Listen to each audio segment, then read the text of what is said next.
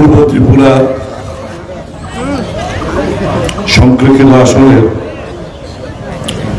India জোটের প্রার্থী, CPM মনোনীত প্রার্থী শ্রী রাজেন্দ্র রিয়াং এর মনোনয়ন পত্র দাখিলকে কেন্দ্র করে আজকে যে বিশেষ জনজমায়েত, এই জমায়েতের মাননীয় সভাপতি মহাশয়, মঞ্চ উপবিষ্ট রাজ্যের বিরোধী দলনেতা কমরেড জিতেন্দ্র চৌধুরী মহাশয়, আমাদের মাঝে উপস্থিত লোকপ্রিয় নেতা, জাতি জনজাতির নেতা, এই পূর্ব আসনের ইন্ডিয়া জোটের প্রার্থী রাজেন্দ্র রিয়াং মহাশয়, সমবেত কমরেড বন্ধুরা, মায়েরা, বোনেরা, জাতীয় কংগ্রেসের নেতৃত্ব কর্মী ভাই বন্ধুরা, শুধু এলাকা নাগরিক বৃন্দ, এই নির্বাচনটা বামফ্রন্ট আর কংগ্রেস সহ অন্যান্য শরিক দলের লড়াই বিজেপির বিরুদ্ধে, তীব্রতার বিরুদ্ধে শুধু না, এই লড়াইটা আপনাদের লড়াই, একজন ভারতীয় লড়াই, একজন সত্যিকারের যারা দেশকে ভালোবাসেন, যারা দেশের গণতন্ত্রের জন্য লড়াই দীর্ঘদিন করে যাচ্ছেন, যারা সংবিধানকে সুরক্ষিত রাখতে চান, তাদের বিরুদ্ধে ওই স্বৈরাচারী, ওই যারা গণতন্ত্রে বিশ্বাস করে না, যারা সংবিধানকে মানতে চায় না, সাংবিধানিক ক্ষমতাগুলো কেড়ে নিতে চায় আপনাদের কাছ থেকে, তাদের বিরুদ্ধে লড়াই। এই লড়াইটা আমাদেরকে জিততে হবে, ভারতীয় হিসেবে জিততে হবে, ইন্ডিয়া জোটের কর্মীদের হিসেবে জিততে হবে। দেশটা রসাতলে যাচ্ছে সর্বক্ষেত্রে। আচ্ছা, আমাকে বলুন, এই নির্বাচনে এই ফেসিবাদী বিজেপির স্লোগান কি? বিকশিত ভারত, তাই নয় কি? বিকশিত ভারত। আমাকে বোঝান, যেই দেশে মোদী সাহেব বলেন যে বিজেপি সরকার 80 কোটি ভারতীয়কে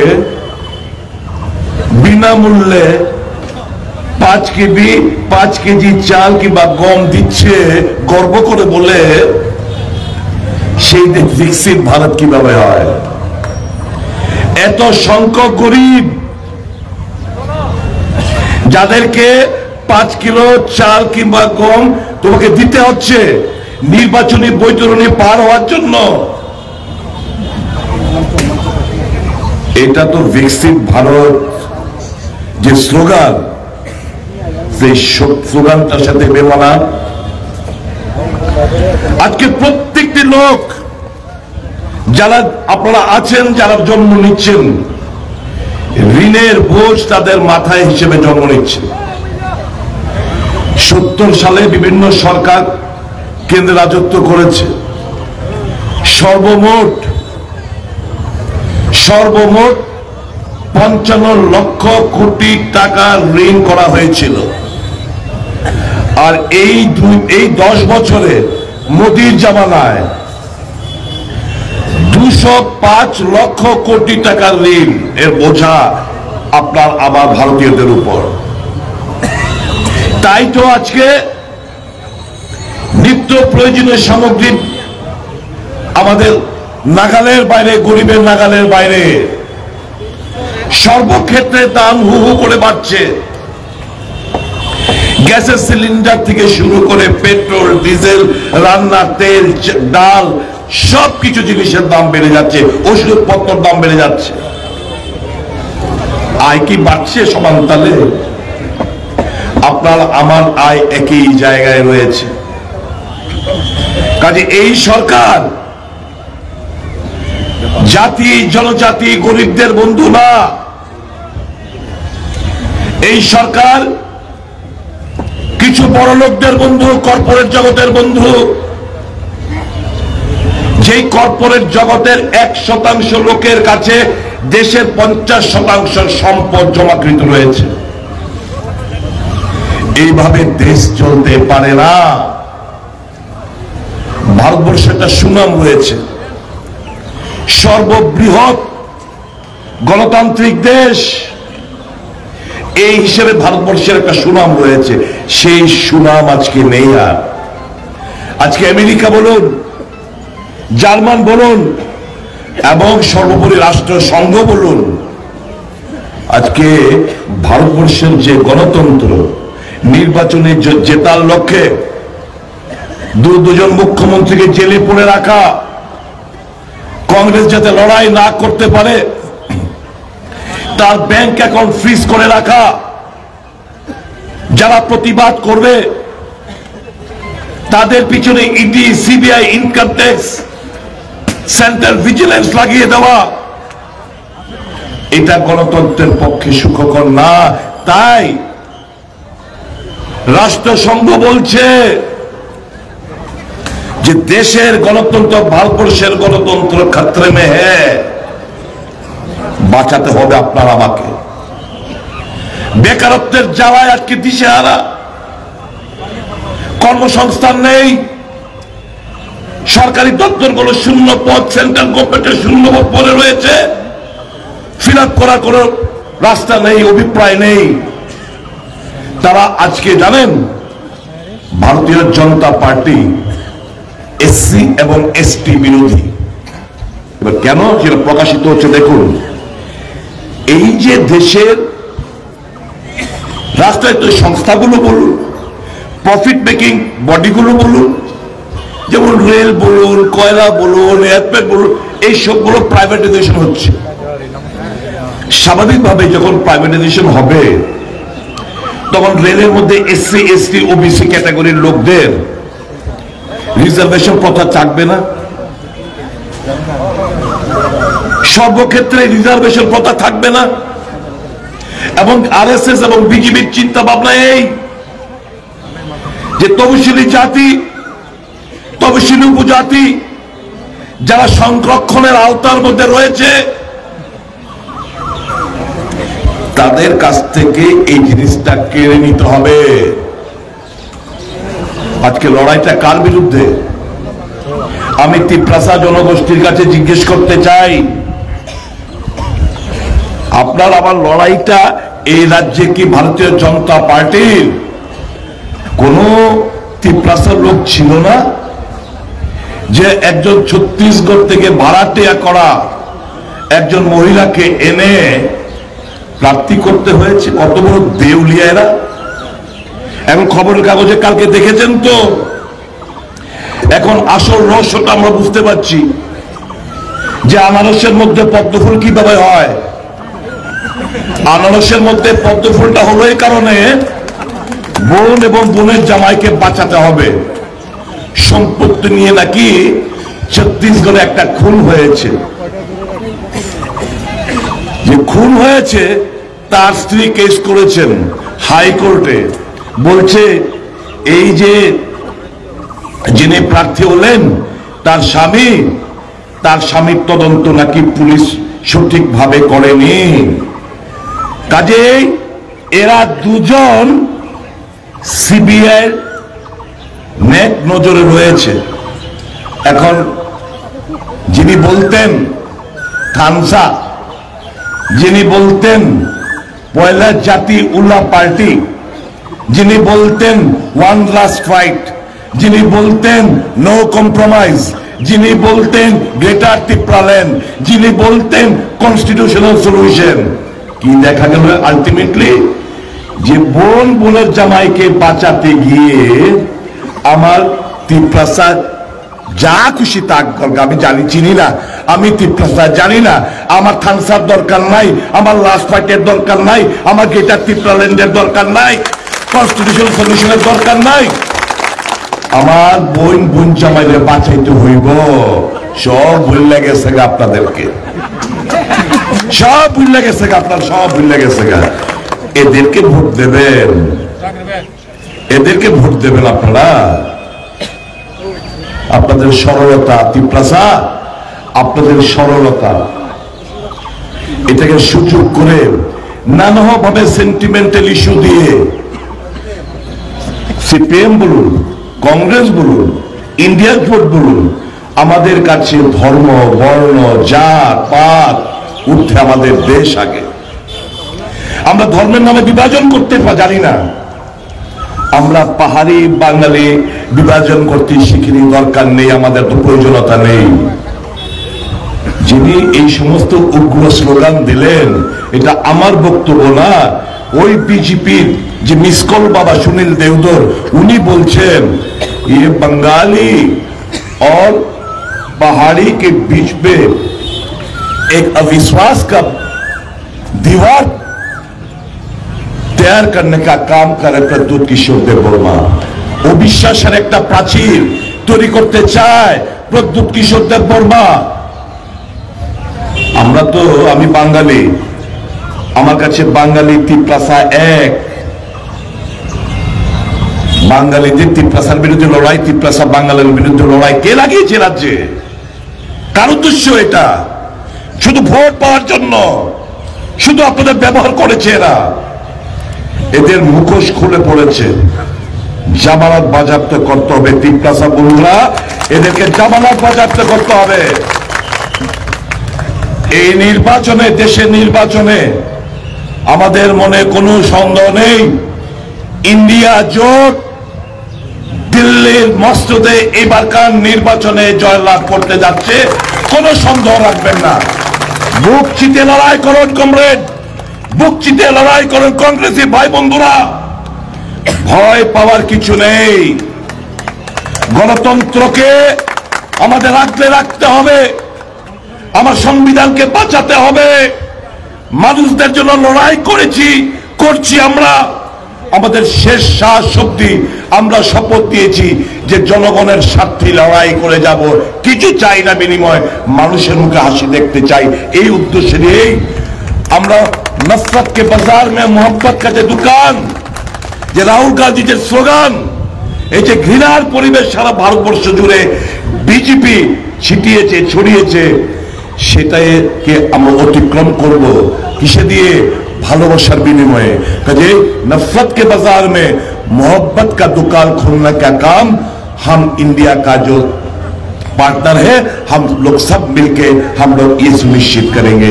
ये हमारा लक्ष्य है। ভারতবর্ষের গণতন্ত্রকে বাঁচাতে হবে, সংবিধানকে বাঁচাতে হবে, বেকারদেরকে বাঁচাতে হবে। ঠিক এখানে এই রাজ্যের অবস্থাটা কি?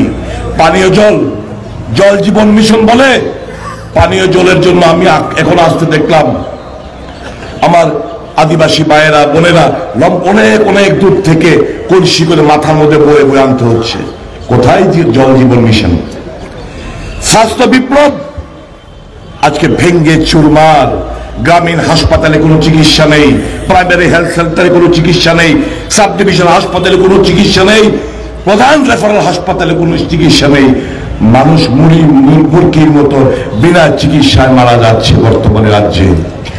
এদেরকে ভোট দেবেন লুটে ফুটে খাওয়ার জন্য? কি হচ্ছে? না খাউঙ্গা না কিসি কো খানে দুঙ্গা। দেখলাম কি কোভিডের সময়, জাস্ট একটা এক্সাম্পল দিয়ে দেই, ইনজেকশন নিচ্ছেন না আপনারা? করোনার সময় নিচ্ছিলেন না? আমি তো ডাবল ডোজ দিছি, অনেক দেখে কি তা আমরা হুদ্দা কিছু ইনজেকশন দেওয়া মাল কে কামাইলো? এই কোম্পানিগুলো থেকে মাল কে খাইলো? উত্তর দেন সবাই। আমাদের গায়ে ভেজাল ওষুধ খাওয়ায় ইনজেকশন দিয়া টাকা কোন পার্টি রোজগার করছে? সর্বক্ষেত্রে আমরা আগে শুনতাম, ইতিহাসে পড়েছি, নেতাজি সুভাষচন্দ্র কি বলছিলেন, মেরে কো খুন দো मैं तुमको आजादी दिलवाऊंगा, আমাকে রক্ত দাও আমি তোমাকে স্বাধীনতা দেব, নেতাজি বলেননি? আর এই বিজেপির নেতা কি কয়, मुझे चंदा दो मैं तुमको धंधा दूंगा, मुझे चंदा दो मैं तुमको धंधा दूंगा, और अगर चंदा नहीं देते हो तो ईडी सीबीआई और इनकम टैक्स का फंदा तुमको फंदा में झुलाऊंगा। এই তো নরেন্দ্র মোদী যে বলেছিল না খাউঙ্গা না কিসি কো খানে दूंगा, ওই যে আস্তে আস্তে স্লোগান শুনছিলাম, প্রথম দিক দিয়ে বন্ধু বলছিলেন আর নাই দরকার চুপ টাকাইতে সরকার, একদম কারেক্ট। সব চোর এবং ডাকাত, এবং চোরও না, এরা ডাকাত, নির্লজ্জতার সাথে এরা ডাকাতি করে যাচ্ছে আমার আপনার সাথে, এই দেশের সম্পদ লুটে নিচ্ছে। এদেরকে ভোট দেবেন না, ভুলেও না, ভুলেও না। এই যে কটা দিন রয়েছে, আমাদের বিশ্বাস ত্রিপুরার দুটো আসন আমরা জিততে যাচ্ছি আগামী নির্বাচনে ব্যাপক ব্যবধানে। রাজুল রিয়াং সাহেবকে জেতান, থানসা থানসা, আমি ঠিক আছে তিপ্রাসা মানে তিপ্রাসাই, তারপরেও তো আমি জিজ্ঞেস করতে পারি না, এখানে মন্ত্রিসভার মধ্যে যে যারা যারা মন্ত্রী হয়েছে তিপ্রাসার মধ্যে ঠিকা, এটা হিসাব করেছে কারা কারা মন্ত্রী হয়েছে। এডিসির মধ্যে যে হয়েছে 19টা তো সাবট্রাইব, কটা সাবট্রাইব বাদ আছে আর কটা সাবট্রাইব বাদ গেছে, এটা হিসাব করেন তো আপনারা যারা তিপ্রাসা। কাজেই এদেরকে ভোট না, যারা বাঙালিদের সাথে তিপ্রাসার একটা লড়াই লড়তে চায়, লাগাতে চায়, তাদেরকে ভোট দেবেন না। আমি আহ্বান রাখছি উভয় সম্প্রদায়ের কাছে, এরা ষড়যন্ত্রকারী, এদেরকে জেতানো মানে আগামী দিন এই রাজ্যে আবার নতুন করে দাঙ্গা বাঁধানোর চক্রান্ত হতে পারে। বন্ধুরা, alert, be very very alert. ভুলেও এদেরকে ভোট দেবেন না। এবং আমি এখানকে যারাই আমার সিপিএম কংগ্রেস কর্মীরা রয়েছেন, নেতারা রয়েছেন, তাদের কাছে বলবো বাড়ি বাড়ি যান, 100% ভোট ট্রান্সফার করতে হবে রাজেন্দ্র রিয়াং এর পক্ষে। কাজ তো হাতড়ি তাড়াতে আগে লড়াই লড়েছিলাম আমরা, কংগ্রেস ভার্সেস সিপিএম। কি কিসের লড়াই? ব্যক্তিগত লড়াই না। আমাদের মধ্যে অনেক মিল রয়েছে, আমরা ধর্মনিরপেক্ষ, বামপন্থীরা ধর্মনিরপেক্ষ, আমরা সমাজতন্ত্রের পূজারী, বামপন্থীরা সমাজতন্ত্রের পূজারী। আমরা ধর্মনিরপেক্ষ বলেছি, সমাজতন্ত্র বলেছি, আর হচ্ছে গণতন্ত্র বিশ্বাসী, ডেমোক্রেটিক সেকুলার আমরা শক্তি। আমাদের মধ্যে লড়াইটা ছিল কে ভালো কাজ করবে, কোন সরকার ভালো মানুষের জন্য কিছু কাজ করতে পারবে, এনেই তো লড়াই, আর কিছু। হ্যাঁ, দেখলাম আজকে এক প্রার্থী বলছে ঝর্ণা দাস পাল বৈদ্যকে, আপনি কিভাবে কংগ্রেসে ভোট দেবেন আপনার স্বামীর? হ্যাঁ, হয়েছে। সিপিএমের জামানায় কিছু কিছু ঘটনা ঘটেছে, কংগ্রেসের জামানায় কিছু কিছু ঘটনা ঘটেছে। সিপিএম নেতারাও বলে দেয়নি যা ওকে খুন করে আসো, কংগ্রেসের নেতারা বলে দেয়নি যা ওকে খুন করে আসো। কিন্তু আজকে এই সমস্ত সমাজদ্রোহী খুনিরা কোথায়? এরা কোথায়? বিজেপি দলের নেতা, বিজেপি দলের প্রধান, উপপ্রধান, মন্ডলের নেতৃত্ব, যুব মোর্চার নেতৃত্ব, বিভিন্ন শাখা সংগঠনের নেতৃত্ব। আমরা দলের মধ্যে না বামপন্থীদের, না কংগ্রেসী, না আমাদের যে ত্রিপুরা রাজ্যে যে 8টি দল, আমাদের কনস্টিটিউয়েন্ট দল নিয়ে আমাদের এই ইন্ডিয়া জোট রাজ্যে কোথাও সমাজদ্রোহী, গুন্ডা, পান্ডা, হারমাদ আমাদের দলগুলোতে নেই। কাজেই আমরা কাছে শিখানো, দেশটাকে বাঁচাতে হবে, দেশের গণতন্ত্রকে ধরে রাখতে হবে এবং সংবিধানকে বাঁচাতে হবে। এই লক্ষ্যে আমরা কাছাকাছি কাজে বন্ধুরা 100% ভোট ট্রান্সফার করতে হবে। আমার বিশ্বাস আগামী নির্বাচনে সেটাই হতে যাচ্ছে। এই রাজ্যে দুটো আসন আমাদের ইন্ডিয়া জোটের প্রার্থীদের বিপুল ভোটে আপনারা জয়ী করাবেন, এই প্রত্যাশা রেখে আপনারা সবাই ভালো থাকবেন, সুস্থ থাকবেন, লড়াই করবেন, 1 ইঞ্চি জমি ছাড়বেন না, পিছু হটবেন না। আর ভোটারদের কাছে অনুরোধ করব, চুরি চাট্টামি করতে পারে ক্যামেরাম্যান, প্রেসের বন্ধুদের কাছে অনুরোধ করবো, আপনাদের সকলের কাছে বলবো, ইলেকশনের দিন, ইলেকশনের আগে প্রত্যেকের সকলের ক্যামেরা ভিডিওগ্রাফি করবেন, বক্তৃতা বাধা দেবে, ভিডিওগ্রাফি করবেন, জেনেনদের নীতির সঙ্গে যোগাযোগ করবেন, কোথায় ভিডিওগ্রাফিটা পাঠাতে হয়, কোন নাম্বারে যোগাযোগ করতে হয়, সব আপনাদের কাছে পৌঁছে দেওয়া হবে। প্রত্যেকটি ভোটার অ্যালার্ট থাকতে হবে, সকাল সকাল গিয়ে ভোট লাইন ধরুন, ভোট প্রদান করবেন এবং ভোট প্রদান করে বাড়ি ফিরবেন না, পাহারা দেবেন। একটা দিন গণতন্ত্রের জন্য, সংবিধান রক্ষার্থে আপনারা ভোটে প্রহরী হিসেবে আপনারা কাজ করবেন, এই প্রত্যাশা রেখে সকলকে আমার সংগ্রাম অভিনন্দন জানিয়ে আমি আমার আলোচনা শেষ করছি।